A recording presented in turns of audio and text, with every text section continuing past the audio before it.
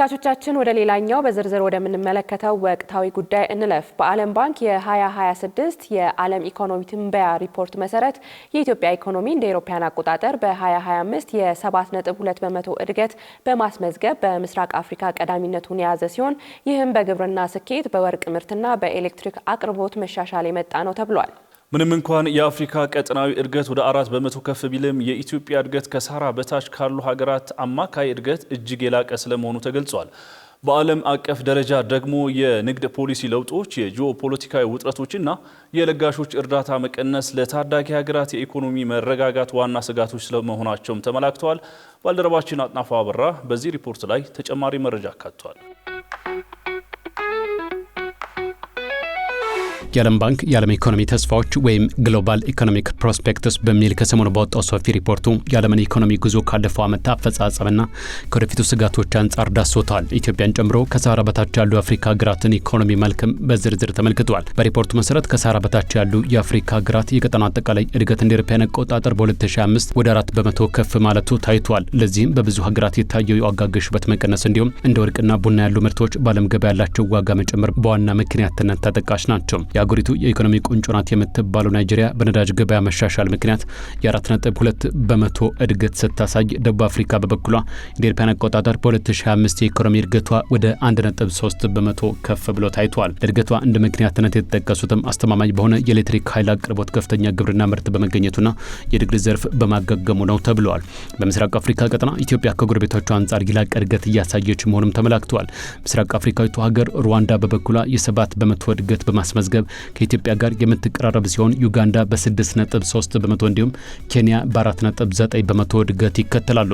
በአንጻሩ እንደ ጊኒ ያሉ ሀገራት አዳዲስ የማዕድን ፕሮጀክቶች በመጀመራቸው በ2026 እስከ 9.3 በመቶ የሚደርስ እጅግ ከፍተኛ እድገት እንደሚያስመዘግቡ ይጠበቃል። በሪፖርቱ መሰረት የሀገሪቱ ግዙፍ ኢኮኖሚ አንዱ የሆነው የኢትዮጵያ ኢኮኖሚ በ2025 እንደ አውሮፓውያን አቆጣጠር የ7.2 በመቶ ከፍተኛ እድገት አስመዝግቧል። ምንም እንኳን ይህ አሃዝ ከ2024ቱ የ8.1 በመቶ እድገት አንጻር መጠነኛ ቅናሽ ቢያሳይም ኢኮኖሚው አሁንም በቀጠናው ካሉ ሀገራት ቀዳሚ ሆኖ ቀጥሏል። ለዚህ እድገት እንደ ዋነኛ ምክንያት የተጠቀሱት በግብርናው ዘርፍ የታየው ስኬታማ አፈጻጸም፣ የወርቅ ምርት መጨመርና የኤሌክትሪክ ኃይል አቅርቦት መሻሻል ናቸው ነው የተባለው። ትንተናው እንደሚያመለክተው መንግስት እየተገበረ ያለው አጠቃላይ የኢኮኖሚ ማሻሻያ ለረጅም ጊዜ የዘለቁ መዋቅራዊ ችግሮችን መፍታት መጀመሩ ለኢኮኖሚው መነቃቃት እንደ ትልቅ እርምጃ ተደርጎ ተወስደዋል። በዚህም የሀገሪቱ እድገት በ2026 እንደ አውሮፓውያን አቆጣጠር 7.1 በመቶ እንደሚሆን የተተነበየ ሲሆን በ2027 ደግሞ በኢንቨስትመንት ማገገምና በምርታማነት መጨመር ሳቢያ ወደ 7.7 በመቶ ከፍ ይላል ተብሎ ይጠበቃል። ሆኖም ግን ይህ እድገት በተለያዩ ፈተናዎች ውስጥ እያለፈ እንደሚገኝ ባንኩ ሳይጠቁም አላለፈም። ሀገሪቱ አሁንም በከፍተኛ የዕዳ ጫና ውስጥ እንደምትገኝ የጠቆመ ሪፖርቱ ከአበዳሪ መንግስታት ጋር የሚደረገው የዕዳ ሽግሽግ ድርድር አሁንም ያለቀለት ጉዳይ አለመሆኑን ገልጿል። ይህም በዓለም አቀፍ የፋይናንስ ገበያ ላይ ሀገሪቱ ያላትን ተአማኒነትና የወለድ ክፍያ ጫና ላይ የራሱን ጥላ ማሳረፉ እንዳልቀረ ነው ሪፖርቱ ያመለከተው። በተጨማሪም በምስራቅ አፍሪካ ያለው የጸጥታ ስጋትና ግጭቶች በኢኮኖሚ እንቅስቃሴ ላይ ከፍተኛ ስጋት መሆኑን የጠቀሰው ባንኩ ምንም እንኳን የኢኮኖሚ እድገቱ በጥሩ ፍጥነት ላይ ቢሆንም ይህ እድገት በቂ የስራ ዕድል ከመፍጠርና ድህነትን በከፍተኛ ደረጃ ከመቀነስ አንጻር ሲታይ አሁንም ክፍተቶች እንዳሉበት ነው ያስገነዘበው። በተለይም በምግብ ዋጋ ግሽበት ሳቢያ የሚከሰተው የምግብ ዋስትና እጦት በቀጠናው ትልቅ ፈተና ሆኖ እንደሚቀጥል ሪፖርቱ አመልክቷል። በተለይም የኢትዮጵያ የ7.2 በመቶ እድገት ከሳህራ በታች ካሉ የአፍሪካ ሀገራት አማካይ እድገት እጅግ የላቀ መሆኑን ሪፖርቱ ሲያረጋግጥ በኢትዮጵያም ሆነ በጠቅላላው የሳህራ በታች ሀገራት የታየው እድገት ለስራ ዕድል ፈጠራና ድህነትን ለመቀነስ ገና በቂ ያለመሆኑ ተጠቅሷል።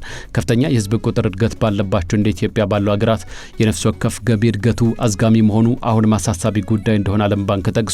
በያዝነው የፈረንጆቹ ዓመት 2026 የዓለም ባንክ ባወጣው በዚሁ ትንበያ መሰረት ታዲያ የዓለም ኢኮኖሚ በታዳጊ ሀገራት ላይ ቀጥተኛ ተጽዕኖ እያሳደረ ይገኛል። በተለይም እንደ አሜሪካ ያሉ ትላልቅ ሀገራት የሚያወጧቸው አዳዲስ የታሪፍ ፖሊሲዎች በአንዳንድ ሀገራት የውጭ ንግድ ላይ ተጽዕኖ ሊያሳድሩ እንደሚችሉ ተመላክቷል። ይሁን እንጂ አብዛኞቹ የአፍሪካ ሀገራት የውጭ ንግዳቸው በዋናነት በማዕድናትና በኃይል ዘርፍ ላይ የተመሰረተ በመሆኑ እነዚህ ምርቶችም ከታሪፍ ነጻ በመሆናቸው ተጽዕኖ መጠነኛ እንደሚሆን ይጠበቃል። በዓለም አቀፍ ደረጃ የኃይልና የምግብ ዋጋ መቀነሱ በብዙ ሀገራት ያለውን የዋጋ ግሽበት ለማርገብ ቢረዳም በአንዳንድ ሀገራት የምግብ ዋጋ አሁንም በከፍተኛ ደረጃ ላይ የሚገኝ ሲሆን ይህም በሌሎች ሀገራት ከሚታየው የመቀነስ አዝማሚያ በተቃራኒ ሆኖ ተመዝግቧል ነው የተባለው። ዓለማችን ከእስካሁኑ የተለየ የንግድ ትስስር ለውጦችንም እያስተናገደች ነው ያለው ሪፖርቱ አንዳንድ ሀገራት ሀገራት ወደ አሜሪካ የሚልኩትን ምርት ወደ ቻይናና ሌሎች ገበያዎች በማዞር ላይ እንደሚገኙና ከጠበቁት በላይ ከፍተኛ የሆነ የውጭ ቀጥታ ኢንቨስትመንት ማግኘት እንደቻሉም ተገልጧል። በጥቅል የዓለም ገበያ ላይ ያለው የፋይናንስ ሁኔታም መሻሻል በማሳየት ላይ እንደሆነም ዓለም ባንክ ይገልጻል። እንደ ናይጄሪያና ኬንያ፣ አንጎላ ያሉ ሀገራት ወደ ዓለም አቀፍ የካፒታል ገበያ ተመልሰው መግባት ስለመቻላቸው እንዲሁም በአህጉር ደረጃ ያለው የወለድ መጠን መጨመር ደግሞ ከለጋሽ ሀገራት የሚገኘው እርዳታ መቀነስ ለብዙ ታዳጊ ሀገራት ከፍተኛ ፈተና ሆኖ ቀጥለዋል። ምንም እንኳን በታዳጊ ሀገራት የማይናቅ ኢኮኖሚ እድገት ቢመዘገብም ከሳራ በታች ባሉ የአፍሪካ ሀገራት ያለው የነፍስ ወከፍ ገቢ እድገት ከሌሎች ታዳጊ ሀገራት ጋር ሲነጻጸር አነስተኛ በመሆኑ በመካከላቸው ያለው የኑሮ ደረጃ ልዩነት እየሰፋ እንደሚሄድ ተተንብየዋል። በአጠቃላይ የዓለም ኢኮኖሚ በ2026 መጠነኛ መረጋጋት የሚያሳይ ቢሆንም የጂኦፖለቲካዊ አለመረጋጋቶች፣ የንግድ መሰናክሎች መጨመርና የአየር ንብረት ለውጦች አሁንም በዓለም ዙሪያ ለሚታየው የኢኮኖሚ እድገት ስጋቶች ሆነው ይቀጥላሉ ይላል ሰሞነኛው የዓለም ባንክ ሪፖርት።